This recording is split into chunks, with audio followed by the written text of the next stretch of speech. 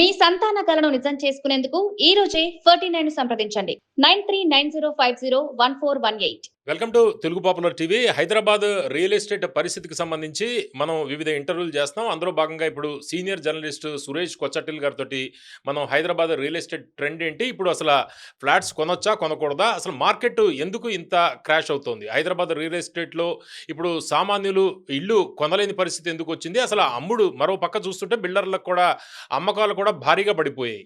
దీని గురించి మనం మాట్లాడదాం. నమస్కారం. నమస్కారం. సురేష్ గారు, ఇప్పుడు ఫ్లాట్స్కి సంబంధించి కొన్ని సోషల్ మీడియాలో చాలా వస్తున్నాయి. దాదాపు 2-3 లక్షల ఫ్లాట్స్ హైదరాబాద్ సరౌండింగ్ ఏరియాల్లో ఖాళీగా ఉన్నాయనేది. కొంతమంది చెబుతున్నారు దాదాపు 5 లక్షల నుంచి 6 లక్షల దాకా ఉండొచ్చు అనేది. అంటే ఓవరాల్గా ఇప్పుడు రియల్ ఎస్టేట్ పరిస్థితి ఏంటి హైదరాబాద్ సరౌండింగ్ ఏరియా? మొన్న పవన్ గారు ఒక కాన్ఫరెన్స్లో నేనే మోడరేట్ చేశాను ఒక డిస్కషన్. మొన్ననే జరిగింది లాస్ట్. అదొక రియల్ ఎస్టేట్ అంటే ఒక పెద్ద బిల్డర్స్ ఆర్గనైజ్ చేశారు.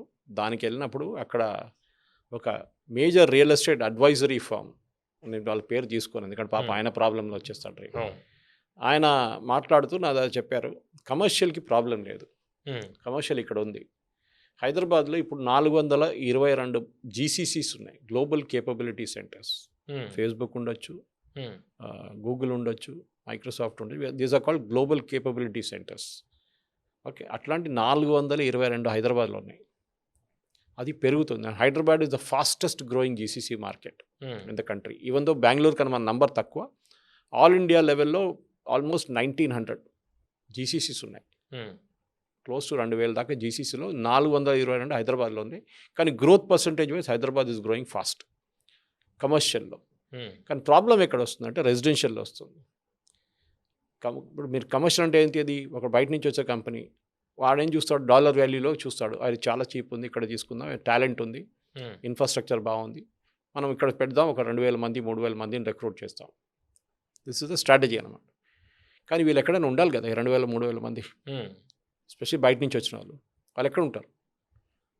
దీనికన్నా ముందు ఎప్పుడు మన దగ్గర మీరు చెప్పినట్ల రియల్ ఎస్టేట్ అంటే కొంచెం ఇన్వెస్ట్మెంట్గా చూసుకొని కొంతమంది పెడతారు, కొంతమంది ఉండడానికి రియల్ ఎస్టేట్ తీసుకుంటారు, అంటే ఇల్లు తీసుకుంటారు, లేకుంటే అపార్ట్మెంట్ తీసుకుంటారు. హైదరాబాద్ ఒక టైంలో అఫోర్డబుల్ సెగ్మెంట్కి తెలుస్తుంది మనకు, వీఆర్ అఫోర్డబుల్ సెగ్మెంట్ అనమాట. అంటే మీరు ముంబై చూసినా కానీ, బెంగళూరు చూసినా కానీ, గుర్గావ్ చూసినా కానీ, మీరు ఈవెన్ ముంబై చూసినా కానీ మీకు దానికన్నా చాలా రీజనబుల్ అనిపిస్తుంది హైదరాబాద్. రెంట్ కూడా ఎవరైనా తీసుకుంటే ఒక 20 నెలలు అడ్వాన్స్ ఇవ్వాల్సి వస్తుంది, ఇక్కడ అంత లేదు, 2-3 నెలలు ఇస్తే చాలు. సో అది ఉండే అనమాట. ఇప్పుడు నేను బెంగళూరులో ఉన్నప్పుడు ఆ టైంలో, ఐఎమ్ టాకింగ్ ఆఫ్ 1988, 89, 90, 91, 92, ఆ 5 ఇయర్స్లో అక్కడ నాకు డిపాజిటే ₹1,50,000 ఇవ్వాల్సి వచ్చింది. ఆ టైంలో 1,50,000. ఆలోచించండి. ఓకే, ఇప్పుడు హైదరాబాద్ ప్రాబ్లం ఏంటంటే, అప్పుడు ఈ concerned MD of that company దగ్గర నేను అడిగాను, సార్ ఏం జరుగుతుందంటే ఆయన చెప్పారు, కమర్షియల్ ప్రాబ్లం లేదు, మేము అమ్ముతున్నాం, వీఆర్ అడ్వైజరీ ఫేమ్, మేము అడ్వైస్ చేస్తాం మా క్లయింట్స్ని, ఇక్కడ కొనండి అంటే వాళ్ళు వింటారు మా మాట, ఎందుకంటే we do lot of research. కానీ డొమెస్టిక్ సెగ్మెంట్కి వచ్చినప్పుడు ఇక్కడ ఉంది గ్యాప్. చూడండి, ఎందుకంటే ఆయన చెప్పిన కొన్ని దాంట్లో కొంచెం లాజిక్ ఉంది. ఒకటి, మీరు ఇప్పుడు 2 కోట్లకు అపార్ట్మెంట్ తీసుకున్నారనుకోండి, మీ up front payment around 30 lakhs ఉంటుంది, మీ పాకెట్ నుంచి చేయాల్సింది. మొత్తం లోన్ ఇయర్ కదా, 100% తీసుకుంటే 30 lakhs ఉంటుంది. ఇప్పుడున్న పరిస్థితుల్లో యంగ్స్టర్స్ ఎస్పెషలీ కొనటే ఏజ్ ఎంత అంటే 28 to 35 నడిమిట్లో కొంటారు వీళ్ళు. అప్పుడు దాకా ఒక మిడిల్ మేనేజ్మెంట్ లెవెల్కి వచ్చేస్తారు వాళ్ళు, అట్లీస్ట్ ఎంట్రీ లెవెల్ కాకుండా ఎంట్రీ లెవెల్ నుంచి కొంచెం ముందుకు వెళ్ళిపోతారు. నెలకు ఒక ఐటీ సెక్టర్లో ఉంటే ఒక 3-4 లక్షల జీతం ఉంటుంది. ఓకే, అదే టైంలో ఫార్మాలో కూడా సంథింగ్ సిమిలర్, కొంచెం తక్కువ ఉంటుంది. కానీ ఓకే, ఇంట్లో కొంచెం డబ్బులు ఉందంటాడు, ఆ డబ్బులతో నడిపించుకుంటారు వాళ్ళు, వాళ్ళ ఫాదర్ మదర్ కొంచెం హెల్ప్ చేస్తారు, అది ఉంటుంది యూజువలీ. నాకు గుర్తుంది, నేను అల్వాల్లో నేను ఇల్లు తీసుకున్నప్పుడు, నా అపార్ట్మెంట్ తీసుకున్నప్పుడు 2003లో I bought it for 7.5 lakhs, 800 square feet, అంటే 900 అనుకోవచ్చు. ఓకే, ఆ టైంలో అప్పుడు నా బిల్డర్ నాకు ఆఫర్ చేశాడు 3 bedroom ఇంకోటి, సార్ తీసుకోండి 11, ఎవడు తీసుకుంటాడని చెప్పి నేను చెప్పాను. ఇప్పుడు ఆలోచిస్తే తీసుకోవాలంటే బెటర్ అనిపిస్తుంది.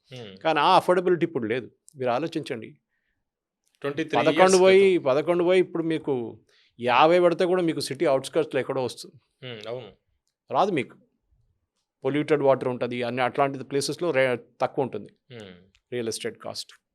కానీ ఇప్పుడు జరిగింది ఇది. సో ఆయన ఏమంటున్నారంటే, ఇప్పుడు ఎవరు ఈ 30 లక్షలు పెట్టట్లేదు. వాళ్ళ భయం ఏంటంటే, రేపు నా ఉద్యోగం ఉంటుందో లేదో, ఎస్పెషలీ ఏఐ స్కేర్ వచ్చిన తర్వాత ఎంతమందిని తీసేస్తున్నారు, మన ఉద్యోగం రేపు ఉంటుందో తెలియదు. అట్లాంటి పరిస్థితులు నేను రిస్క్ ఎందుకు తీసుకోవాలి, రెంట్ వర్సెస్ బయింగ్ వచ్చేస్తుంది అనమాట. ఇన్వెస్ట్మెంట్ ఎప్పుడు ల్యాండ్లో చేస్తారు, ఇన్వెస్ట్మెంట్ అపార్ట్మెంట్లో చేయరు. ఇన్వెస్ట్మెంట్ గేటెడ్ కమ్యూనిటీలో కొంచెం ఉంటుంది అనుకోండి. కానీ ఇప్పుడు యూఎస్లో కూడా ఆ సిచ్యువేషన్ అదే వచ్చేస్తుంది. దీనికన్నా ముందు ఏంటి, వాడు H1Bలో యూఎస్కి వెళ్తాడు, ముందు చదవడానికి వెళ్తాడు, దాని తర్వాత ఓపీటీకి వెళ్తాడు, ఓపీటీ నుంచి H1Bకి వెళ్తాడు, H1B నుంచి గ్రీన్ కార్డ్ ట్రై చేస్తాడు, గ్రీన్ కార్డ్ తర్వాత సిటిజన్షిప్ ట్రై చేస్తాడు. పెద్ద ప్రాసెస్, 25-30 సంవత్సరాలు కూడా పట్టచ్చు. అప్పుడు దాకా వాళ్ళు 50 కూడా క్రాస్ అయిపోతారు కొంతమంది. అప్పుడు కూడా గ్యారంటీ లేదు. ఇప్పుడు చూడండి, ఇవాళ కూడా ఉంది, గ్రీన్ కార్డ్ ఎవరైనా వైలేట్ చేస్తే వాళ్ళని తీసి బయటపడేస్తాం. It's visa, it's not a citizenship document. Anyway, ఇప్పుడు యూఎస్లో ఉన్న వాళ్ళు కూడా భయపడుతున్నారు. H1B మీద వెళ్ళిన వాళ్ళు భయపడుతున్నారు, ఎందుకంటే వాళ్ళకి ఇవ్వాలి ఉంటుంది, రేపు ఉండదు ఉద్యోగం, తీసి పడేస్తున్నారు. ఇన్వెస్ట్మెంట్ లో మనం అక్కడ వాళ్ళు ఏం చేస్తుంటే, అక్కడ అమెరికన్ బ్యాంక్స్ నుంచి బారో చేసి లో రేట్ ఆఫ్ ఇంట్రెస్ట్లో బారో చేసి ఇక్కడ ఇన్వెస్ట్ చేస్తుంటారు. వాళ్ళ అమ్మగారు నాన్నగారు ఇక్కడ ఉంటారు, వాళ్ళు పల్లెటూర్లు ఉంటారు ఎక్కడో, వాళ్ళు తెచ్చి సిటీలో పెట్టుకుంటారు. ఎందుకంటే హెల్త్ ఇష్యూస్ ఉంటుంది వాళ్ళకి. సిటీలో ఉంటే అంబులెన్సెస్ ఉంటాయి, అది ఉంటాయి రెగ్యులర్గా. పెద్ద పెద్ద గేటెడ్ కమ్యూనిటీస్లో లేకుంటే అపార్ట్మెంట్స్లో అంబులెన్స్ రెడీగా ఉంటుంది కిందనే, డాక్టర్ ఆన్ కాల్ ఉంటారు. సో ప్రాబ్లం లేదు. సో వాళ్ళకి టెన్షన్ ఫ్రీ ఉంటారు వాళ్ళు. అప్పుడప్పుడు వస్తారు, సంవత్సరంలో ఒకసారి వచ్చి అమ్మ నాన్న కలిసి వెళ్తారు వాళ్ళు మళ్ళీ. ఇప్పుడు వాళ్ళు ఇన్వెస్ట్ చేయట్లేదు, ఇక్కడ వాళ్ళకి భయం, రేపు ఈ ఉద్యోగం ఉంటుందో లేదో, నేను పెట్టాను, నాకు ఈఎంఐలు కట్టాలి కదా ప్రతి నెల, ఈఎంఐ ఎవడు కడతాడు, ఆ భయం వచ్చేస్తుంది వాళ్ళకి. This is not my answer, this is an answer from one of the biggest real estate advisory firms అన్నమాట. ఆయన చెప్పిన మాట ఇది, అది ఓపెన్గా చెప్పారు. వాళ్ళ వీడియో వచ్చి ఉంటుంది బహుశా ఇప్పుడు. ఆయన ఓపెన్గా ఒక పబ్లిక్ ఫోరంలో, ఒక మీటింగ్లో, సెమినార్లో ఒక 400-500 మంది కూర్చున్నప్పుడు నేను క్వశ్చన్ చేసినప్పుడు లాస్ట్ వీక్ జరిగిన నాది ఒక పాడ్కాస్ట్ లాంటి దాంట్లో ఆయన క్లీన్గా చెప్పారు ఈ మాట. మనం కూడా ఇది మీరు చెప్పినట్లనే ఇప్పుడు మీరు కొంచెం ఇక్కడ ప్రాబ్లం ఎక్కడ వచ్చిందంటే పవన్ గారు, 2 ఉన్నాయి, 2-3 ఉండొచ్చు. రన్నింగ్ జోక్ అంటే హైదరాబాద్లో get a apartment for 2 crores and get a tanker free. నీళ్ళు లేవు. మనం ఎప్పుడు చెప్తాం next world war will be fought over water అని, నీళ్ళ కోసం కొట్టుకుంటారు నెక్స్ట్ వరల్డ్ వార్. పానీపట్టు యుద్ధం అంతే, పానీపట్టు యుద్ధం ఇదే జరుగుతుంది. మీరు 60 అంతస్తులు 70 అంతస్తులు బిల్డింగ్లు కట్టుకుంటున్నారు. Hyderabad is not Mumbai. ముంబైలో ప్రాబ్లం ఏంటంటే, ముంబై ఇస్ అన్ ఐలాండ్. ఒకవైపు కొండలు, వెస్టర్న్ ఘాట్స్, ఇంకోవైపు సీ. సో మీరు ఎక్స్పాండ్ చేయలేరు. మీరు అటువైపు వెళ్ళాలి, పూణే వైపు, థానే వైపు వెళ్ళాల్సి వస్తుంది. లేకుంటే ఇటువైపు నవీ ముంబై వైపు. Already Navi Mumbai fully developed అయిపోయింది. అది హైదరాబాద్కి ఆ ప్రాబ్లం లేదు. Hyderabad is a plateau. మీరు ఇక్కడి నుంచి మీరు ఒక 60 కిలోమీటర్ దూరం పోతే కూడా ల్యాండ్ ఈజ్ ఆల్మోస్ట్ ఫ్లాట్. ఇక్కడే మనకు కొంచెం కొండలు అక్కడెక్కడ కనిపిస్తుంది బంజారాహిల్స్, జూబ్లీహిల్స్లో. కానీ కొంచెం దూరం వెళ్ళినప్పుడు it's almost a flat land. Deccan plateau మనకి సీ ప్రాబ్లం లేదు ఎక్కడ. మనకి ఇంకోవైపు వెస్టర్న్ ఘాట్స్ లేదు, ఈస్టర్న్ ఘాట్స్ కూడా లేదు. మనకి ఆ ఇష్యూ లేదు, మన నడిమిట్లో ఉన్నాం మనం. సో ఈ పరిస్థితుల్లో ఈ కాన్సన్ట్రేషన్, ఈ హైప్ క్రియేట్ చేశారు చూడండి. కోకాపేటలో 236 కోట్ల ఆక్షన్ అని చెప్పేసి. దీనికన్నా మీకు గుర్తుంటుంది, ఒక 3-4 సంవత్సరాల ముందు ఒక ఆక్షన్ జరిగింది. ఇట్లానే ఆక్షన్ చేసినప్పుడు డబ్బులు కట్టలేదు, ఈఎంఐ పోయింది. ఆడ 30 కోట్లు ఎంతో అడ్వాన్స్ పెట్టేశాడు, అది పోయింది. తర్వాత ఎంక్వైరీలు ఏం తెలిసిందంటే, ఇదే మనుషులు ఒక 5-6 మంది కలిసి చుట్టుపక్కల ల్యాండ్ కొనుక్కున్నారు ముందే. ఇక్కడ ల్యాండ్ వాల్యూ అప్పుడు ఆ టైంలో నేను అనుకున్న బహుశా 150 కోట్లు ఎంతో పోయింది అది ఏకర్కి. వీళ్ళు కొనుక్కున్నప్పుడు అంతా 50 కోట్లు కొనుక్కున్నారు ఏకర్ పక్కన ఉన్న పొలాలన్నీ. ఇది 180-160 నెలం కానీ ఇదంతా పెరిగింది పక్కన కూడా. And they were the owners of that land. ఇది పేపర్లో వచ్చింది. ఇది నాది, ఇది సర్క్యులర్ ట్రేడింగ్ అంటారు దీన్ని. Circular trading. ఇది నాది కాదు, పేపర్లో వచ్చింది. I think I still have that cutting somewhere. ఏదో 3-4 సంవత్సరాల ముందు జరిగింది ఇది. And this side only towards Kokapet. ఈ హైప్ మనం క్రియేట్ చేస్తున్నాం. This is not required. ఇదే ల్యాండ్ మీరు 230 కోట్లకు కొన్నప్పుడు మీరు ఎంతకు అమ్ముతారు? You have to sell it at a price which is higher than London and Paris and New York. కొన్ని కంపెనీలు వాళ్ళ బ్రాండ్ ప్రమోషన్ చేసుకోవడానికి కూడా పెద్ద ఎత్తున ఎక్కువ అమౌంట్ పెట్టి కొంటూ ఉంటారు. వాస్తవ పరిస్థితి అక్కడ సరిగ్గా లేకపోయినా అంటారు, నిజమేనా అది? ద ప్రాబ్లమ్ ఇస్ కట్ చేయాలి. ప్రాబ్లం ఏంటంటే పవన్ గారు, ఇది జరుగుతున్నప్పుడు మీరు అడిగిన ప్రశ్నకి కరెక్ట్. ఒక బ్రాండ్ వాల్యూ బిల్డప్ చేయడానికో లేకుంటే హైప్ క్రియేట్ చేయడానికి చేస్తారు వీళ్ళు. కానీ దాని తర్వాత ఏంటి, ఆ ల్యాండ్ ఏం చేశారు? ఇదే కదా, మీరు 230 కోట్లు కొన్నప్పుడు మీ కన్స్ట్రక్షన్ కాస్ట్ తౌడు పెట్టే మీరు ఎంతకు అమ్ముతారు పర్ స్క్వేర్ ఫీట్? వాళ్ళు ఇక్కడ ఎందుకు పెట్టుకోవాలి? వాళ్ళు లండన్లో పెట్టుకుంటాడు, ప్యారిస్లో పెట్టుకుంటాడు, న్యూయార్క్లో పెట్టుకుంటాడు, అక్కడ దీనికన్నా cheaper. So you are making it unaffordable అనమాట. ముంబై నుంచి, ఢిల్లీ నుంచి, ఈవెన్ చెన్నై నుంచి హైదరాబాద్కి వచ్చి సెటిల్ అయిన వాళ్ళు చాలామంది ఉన్నారు. ఇప్పుడు మన ఉర్దూలు అంటాం ఇక్కడ గండిపేటక పానీ పియతో కోయినే జాయిగా వాపస్ నా నీళ్ళు తాగినోడు ఇక్కడ ఉంటాడు. అవును. కానీ ఇప్పుడు మీరు ఇక్కడ కూడా అన్అఫోర్డబుల్ చేసేసారు. దిల్సుఖ్ నగర్ అటువైపు విజయవాడ హైవే వెళ్తే కూడా మీకు ₹1,00,00,000 కన్నా తక్కువ దొరకదు అక్కడ కూడా. అవును. ఒక టైంలో మా దగ్గర ఆర్మీ ఏరియాలో యాప్రాల్ కానీ అల్వాల్ కానీ బొలారం కానీ very laid back place, greenery మస్త్ గ్రీనరీ ఉంటుంది, నీళ్ళ ప్రాబ్లం లేదు. అక్కడ కూడా 50-60 లక్షలు ఉన్న ఇప్పుడు 2 కోట్లు మాట్లాడుతున్నారు. One can still understand that. అంటే సురేష్ అక్కడ గారు ఇప్పుడు- అపార్ట్మెంట్స్ తక్కువ ఉంది, అక్కడ ల్యాండ్ తక్కువ, అంటే కన్స్ట్రక్షన్ తక్కువ ఉంది. మొత్తం ఆర్మీ దగ్గర ఉంది కదా మోస్ట్ ఆఫ్ ద ఏరియా, లేకుంటే ఎయిర్ ఫోర్స్ దగ్గర ఉంది హకీంపేట్. అవును. సో అది ప్రాబ్లమ్స్. ఇక్కడ నాకు ఆ ప్రాబ్లం అర్థం కావట్లేదు. Why is this hype being created అనేది. సురేష్ గారు ఇప్పుడు కొన్ని రిపోర్ట్స్ చూస్తుంటే రిజిస్ట్రేషన్ ఛార్జెస్ మనం చూస్తుంటే ఎవ్రీ ఇయర్ గవర్నమెంట్కి రిజిస్ట్రేషన్ల మీద వస్తున్న ఆదాయం పెరుగుతుంది. అయితే వాల్యూమ్ ఏదైతే ఉందో నెంబర్ ఆఫ్ కస్టమర్స్, కొనుగోలుదారుల సంఖ్య తక్కువగా కనిపిస్తుంది. ట్రాన్సాక్షన్స్ అంటే మీరు చెప్పేది ఇందాక కమర్షియల్ మీద ఎక్కువగా వస్తూ ఉంటుంది, అదే దీనికి రీజన్ అంటారు. కరెక్ట్. ఎందుకంటే డొమెస్టిక్లో మీకు ఎక్కువ రాదు రిజిస్ట్రేషన్ అమౌంట్. మీరు ఎంత పెంచినా కానీ రెసిస్టెన్స్ అనే ఒక పాయింట్ వస్తుంది. ఒక పాయింట్లో వాళ్ళు కంపేర్ చేయడం స్టార్ట్ చేస్తారు. నేను రేపు కోయంబత్తూరులో ఇన్వెస్ట్ చేయాలన్నా, కొచ్చిన్లో ఇన్వెస్ట్ చేయాలన్నా, నేను ఇక్కడ ఎందుకు ఇన్వెస్ట్ చేయాలి, నేను ఉండడానికి ఇన్వెస్ట్ చేస్తున్నానా లేకుంటే ఇన్వెస్ట్మెంట్కి చేస్తున్నానా, అదొక క్వశ్చన్ వస్తుంది. ఇప్పుడున్న యంగ్స్టర్స్ ఏమైనా ఆలోచిస్తున్నారంటే 28 to 35, రాహుల్ గాంధీ యంగ్స్టర్ అంటే వీళ్ళు కూడా యంగ్స్టర్సే. సో దాన్ని బట్టి నేను యంగ్స్టర్స్ అంటున్నాను వీళ్ళని. వాళ్ళు అంటున్నారు ఈఎంఐ ప్రాబ్లం వాళ్ళకి. మా తల మీద టెన్షన్ లేదు మాకు, రెంట్ కట్టుకుంటాం, 35,000 కట్టుకుంటాం మేము rent, no problem. But we cannot pay that EMI. నెలకు 50,000, నెలకు 60,000 ఈఎంఐ కట్టడానికి మా దగ్గర టెన్షన్ మాకు. రేపు ఉద్యోగం పోయిందనుకోండి ఏం చేస్తాం? This is the panic situation అన్నమాట. ఇది ఒకటి ఓవర్ సప్లై. కరెక్ట్ మీరు చెప్పింది, అందరు దిగేశారు. ఇది మన దగ్గర ఒక కల్చర్ ఉంది ఆంధ్ర తెలంగాణలో, ఎస్పెషలీ తెలంగాణలో. ముందు మీకు గుర్తుంటుంది ఫ్లారికల్చర్ ఒక బిజినెస్ ఉండే. నేను అప్పుడు ఎకనామిక్ టైమ్స్లో ఉన్నాను, టైమ్స్ ఆఫ్ ఇండియాలో. ఒక 23-24 ఫ్లారికల్చర్ కంపెనీలు వచ్చినాయి మన దగ్గర. అందరు పబ్లిక్ ఇష్యూకి వెళ్ళారు. చిన్న చిన్న సైజ్ 4 కోట్లు 5 కోట్లు పబ్లిక్ ఇష్యూ. ఇప్పుడు ఒక్క కంపెనీ కూడా లేదు. గ్రానైట్ అనగానే అందరు గ్రానైట్ బిజినెస్ అందరు వచ్చి పడ్డారు. గ్రానైట్కి అసలు ఏబిసిడి తెలియని వాళ్ళు కూడా వచ్చి గ్రానైట్ మీద పడ్డారు. యాక్వా కూడా అలాగే, యాక్వా అట్లా జరిగింది. ఇప్పుడు గ్రానైట్ ఎన్ని కంపెనీ, ఒక పోకర్న పక్కన పెడితే లేకుండా ఇంకేదైనా 2-3 ఉన్నాయి అంతే, మిగతా లేవు కదా ఎవరు, అందరు మాయమైపోయారు. రియల్ ఎస్టేట్ కూడా అలా వచ్చేసారంటారా? అదే అంటారు. ఇక్కడ ఏమైందంటే ప్రొఫెషనల్గా రియల్ ఎస్టేట్లో ఎన్నో సంవత్సరాలు ఉన్న వాళ్ళ సక్సెస్ చూసి, అరే వాడు టెలివిజన్ ఛానల్ కొనేసినాడు, వాడు డబ్బులు ఇంత సంపాదించాడు, వాళ్ళు అక్కడ పెట్టుబడి పెడుతున్నారు, ఇక్కడ పెట్టుబడి పెడుతున్నారు, వాళ్ళ లైఫ్ స్టైల్ చూడండి, ఓకే, వాడు మే బ్యాక్ నడుపుతున్నాడు, లేకుంటే పోస్ట్ నడిపించుకుంటున్నాడు, వాళ్ళ పిల్లలు చూడండి, మనం కూడా పెట్టారు అంతే సంగతి. ఇది జరిగిందనమాట. అంటే రియల్ ఎస్టేట్ ఎటువంటి అనుభవం లేకుండా కోట్లాది రూపాయలు సంపాదిస్తామని బిల్డర్లు కొత్త వాళ్ళందరూ ఇందులోకి వచ్చారు చాలా మటుకు. ఎందుకంటే ఇది హర్డ్ మెంటాలిటీ అంటారు ఇంగ్లీష్లో. ఒకడు సక్సెస్ చూసి ఇంకోటి దిగుతాడు. ఓకే, మీకు గుర్తుంటుంది హైదరాబాద్లో ఇనిషియల్లీ 2-3 పెద్ద ఇన్ఫ్రాస్ట్రక్చర్ కంపెనీలు ఉండే, ఇప్పుడు వాళ్ళు లేరు. ఎందుకు? ఇదే జరిగింది అక్కడ కూడా. ఎవరో ఇంకోని చూసి వీళ్ళు కూడా దిగారు, సక్సెస్ఫుల్ అయ్యారు. తర్వాత వీళ్ళ వాల్యూ వాల్యూమ్ గేమ్ తట్టుకోలేకపోయారు. పులిని చూసి నక్క వాత పెట్టుకుందంటారు కదా, అట్లా. This is the problem.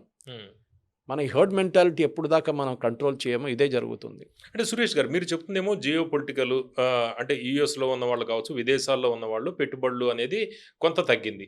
దీంతోపాటు రీజన్ RRR ఏదైతే ఉందో అది ముందరికి వెళ్ళకపోవడం వల్ల చుట్టుపక్కల ఏరియాల్లో కూడా కొంత గ్రోత్ తక్కువ ఉంది అనేది ఒకటి వినిపిస్తుంది. రెండోది మెట్రో 2 కూడా ముందరికి వెళ్ళకపోవడం వల్ల, ఇవి కూడా దీనికి ఏదైనా కారణాలు అంటారా? హైడ్రా గురించి కూడా చెబుతున్నారు. హైడ్రా వచ్చాక ఒక్కసారి ఈ 2 years క్రితం నుంచి కొద్దిగా డౌన్ ఫాల్ అయింది మార్కెట్ అనేది. దాన్ని మీరు సపరేట్గా తీసుకుందాం సార్ దీన్ని.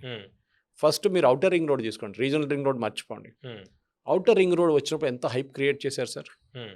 అవుటర్ రింగ్ రోడ్ చుట్టుపక్కల మొత్తం డెవలప్మెంట్ జరుగుతుంది, 1 kilometer దాకా కన్స్ట్రక్షన్ ఉండకూడదు. దాని తర్వాత అక్కడ పెద్ద పెద్ద బిల్డింగ్ కాంప్లెక్సెస్, గేటెడ్ కమ్యూనిటీస్ అన్నీ వస్తుంది చెప్పారు. ఏం జరిగింది సార్? అవుటర్ రింగ్ రోడ్ తర్వాత పెరిగింది కదా, రియల్ ఎస్టేట్ పెరిగింది. రియల్ ఎస్టేట్ పెరిగింది కదా, ఎంతమంది అవుటర్ రింగ్ రోడ్ ఉంటారు చెప్పండి? కొల్లూరు దగ్గర ఎంతమంది ఉంటారు? కనెక్టివిటీ పెరగలేదా? See the problem is simple. హైదరాబాద్లో మీకు ముంబై కాదు, హైదరాబాద్ ముంబైలో they prepare to travel to Pune every day by Deccan క్వీన్లో వెళ్తారు కొంతమంది ఎన్నో సంవత్సరాల నుంచి పూణే దాకా. ఇప్పుడు వందే భారత్ ఉందనుకోండి, ఆ టైంలో ఈ పాత 4 గంటలు 5 గంటలు తీసుకున్న ట్రైన్లో పొద్దున 5 గంటలకు ఎక్కి 9 గంటలకు దిగి ఉద్యోగం చేసి సాయంత్రం మళ్ళీ రిటర్న్ వస్తారు.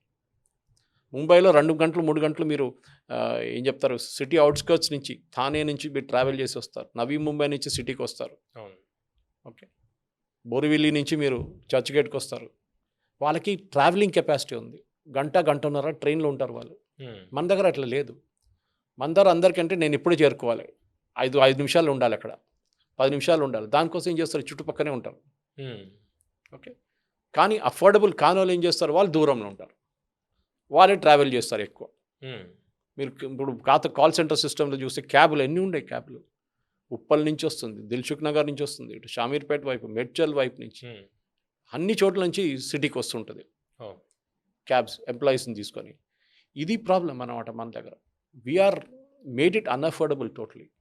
ఈ ట్రావెలింగ్ టైంలోనే మీ ఏం చెప్తారు, ప్రొడక్టివిటీ మొత్తం పోతుంది. ఇన్ఫోసిస్ వాళ్ళ క్యాంపస్ కట్టినప్పుడు పోచారంలో వాక్ టు వర్క్ అని కట్టారు వాళ్ళు. అక్కడే నడుచుకుంటూ రావచ్చు మీరు క్యాంపస్ నుంచి. పక్కన సింగపూర్ టౌన్షిప్ కట్టారు వాళ్ళు. ఇది మనం చేయాల్సి ఉండే, సిటీ నుంచి కొంచెం దూరం వెళ్ళి అక్కడ మీరు హబ్స్ క్రియేట్ చేయాలండి. ఇది మనం బెంగళూరు చేసిన అదే తప్పు మనం చేస్తున్నాం. ఎలక్ట్రానిక్ సిటీ మొత్తం వాళ్ళు ఒకవైపు డెవలప్మెంట్ పెట్టారు, సర్జాపూర్ రోడ్ కానీ ఎలక్ట్రానిక్ సిటీ ఇటువైపు వైట్ ఫీల్డ్ మొత్తం పబ్లిక్ అక్కడే. మీరు ఆ సిల్క్ రోడ్ క్రాస్ చేయాలంటే, సిల్క్ రోడ్ జంక్షన్ క్రాస్ చేయాలంటే ఇప్పుడు కొంచెం బాగుంది, కానీ ముందైతే గంటసేపు పడుతుండే. ఐ సు stay near silk road, BTM లేఅవుట్లో ఉంటుండే నేను ముందు. అప్పుడు ఏ ప్రాబ్లం లేకుండా 88లో. నా దారుణం పరిస్థితి. మీరు ఎలక్ట్రానిక్ సిటీ నుంచి ఎయిర్పోర్ట్కి వెళ్ళాలంటే మీరు ఒక 4 గంటల ముందు బయలుదేరాలి. అంత దారుణం ఉంది పరిస్థితి. అప్పుడు కూడా షూర్ లేదు, you are not sure will reach in time, అంత ట్రాఫిక్.